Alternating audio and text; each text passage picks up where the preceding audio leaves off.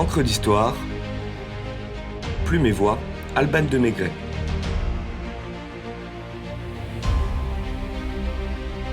Bertha von Suttner, Amazone de la paix.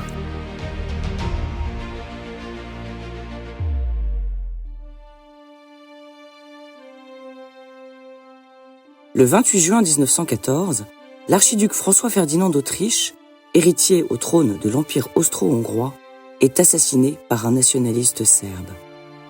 Le monde bascule dans un conflit meurtrier, dévastateur, interminable. Une semaine précisément avant ce casus belli, le 21 juin 1914, une femme rendait son dernier soupir à Vienne, lui épargnant de voir sa triste prédiction se réaliser.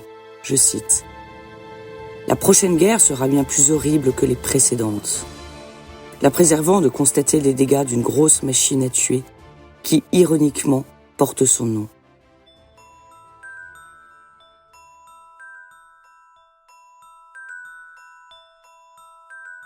Bertha, comtesse Kinsky de Chinitz-en-Tato, naît au palais Kinsky, en plein cœur de la vieille ville de Prague, en 1843, alors que son officier de père vient de mourir.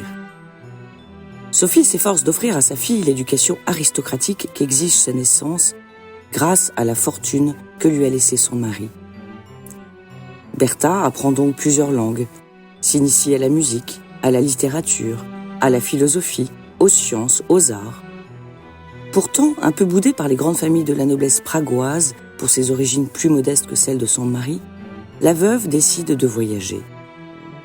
Ces pérégrinations sont l'occasion pour la jeune bohémienne de rencontrer une aristocratie cosmopolite et d'ouvrir ses yeux, si ce n'est sur l'internationalisme, au moins sur l'européanisme.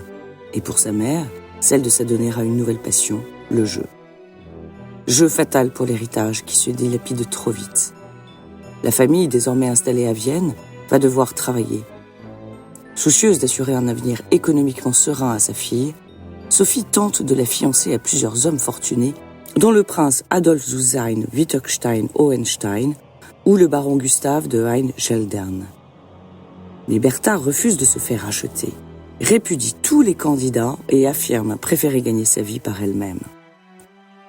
En 1873, elle entre comme gouvernante chez le baron Karl von Suttner et assure l'éducation de ses 4 filles.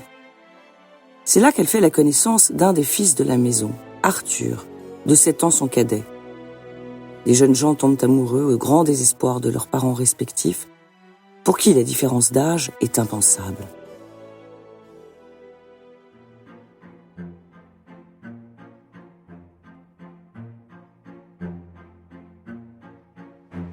Afin de mettre un terme à cette liaison scandaleuse, la baronne von Suttner dégote à son employé une place de secrétaire privé chez Alfred Nobel, célèbre inventeur suédois alors en poste à Paris. La collaboration est brève, puisque Nobel est rappelé en Suède par son roi, mais suffisante pour tisser une solide amitié entre ceux qui entretiendront une généreuse correspondance à laquelle seule la mort du savant en 1896 mettra fin, et publiée sous le titre « Chère baronne et amie, cher monsieur et ami ». L'Autrichienne revient à Vienne et épouse secrètement son baron. Déshéritée pour ce mariage vu comme honteux, le couple se retire dans le Caucase où il devient le spectateur de la guerre russo-turque de 1877.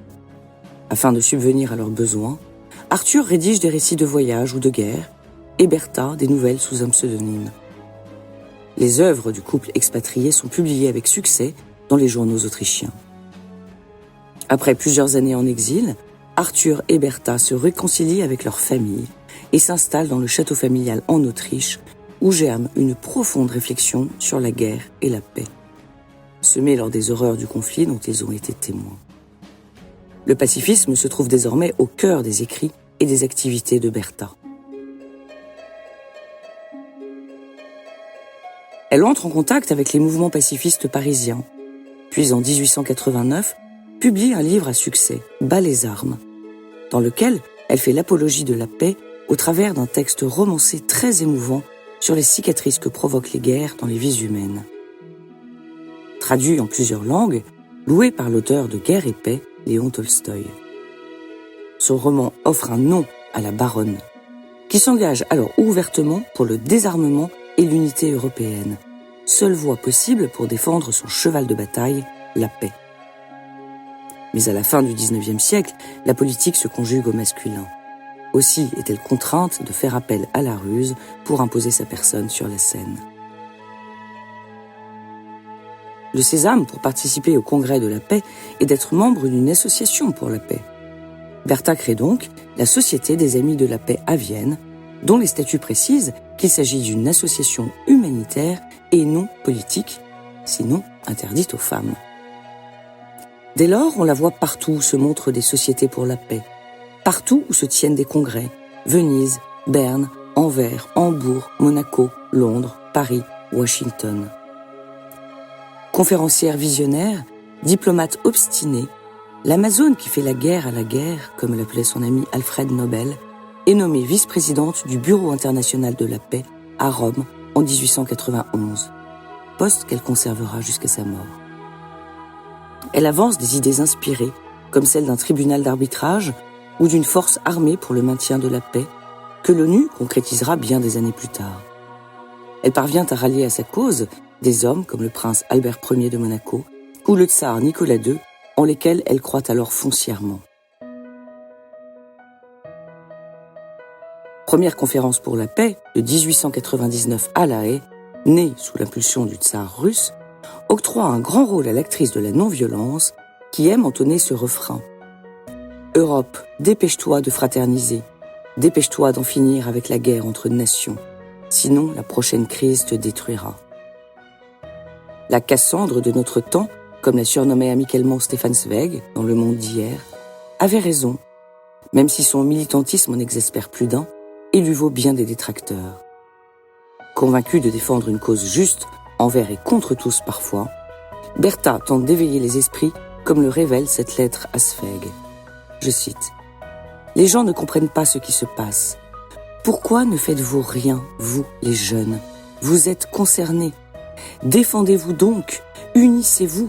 Ne laissez pas la tâche à de vieilles femmes que personne n'écoute. » La détermination et l'action de Bertha lui valent un certain nombre de récompenses. Elle doit attendre 1906, soit 5 ans pour se voir remettre le prix Nobel de la paix. On imagine qu'Alfred Nobel l'aurait nommée dès la première édition, mais elle n'en reste pas moins la première femme à recevoir l'illustre trophée, ce qui lui vaut d'avoir son effigie sur le pièce de 2 € autrichienne.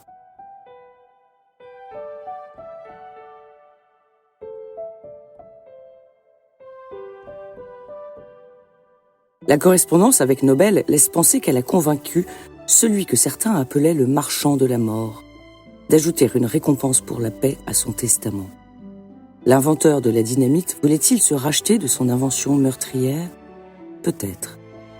Quoi qu'il en soit, les millions légués par le scientifique devront bien servir à gratifier les lauréats des prix Nobel de littérature, de chimie, de physique, de médecine, ainsi que celui ou celle qui, je cite, aura agi le plus ou le mieux pour la fraternisation des peuples, l'abolition ou la réduction des armées permanentes, ainsi que pour la formation et la diffusion du Congrès de la paix.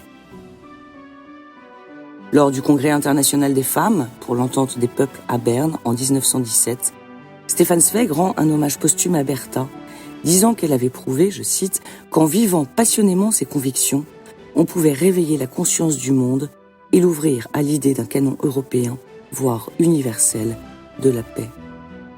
Si seulement elle avait eu raison.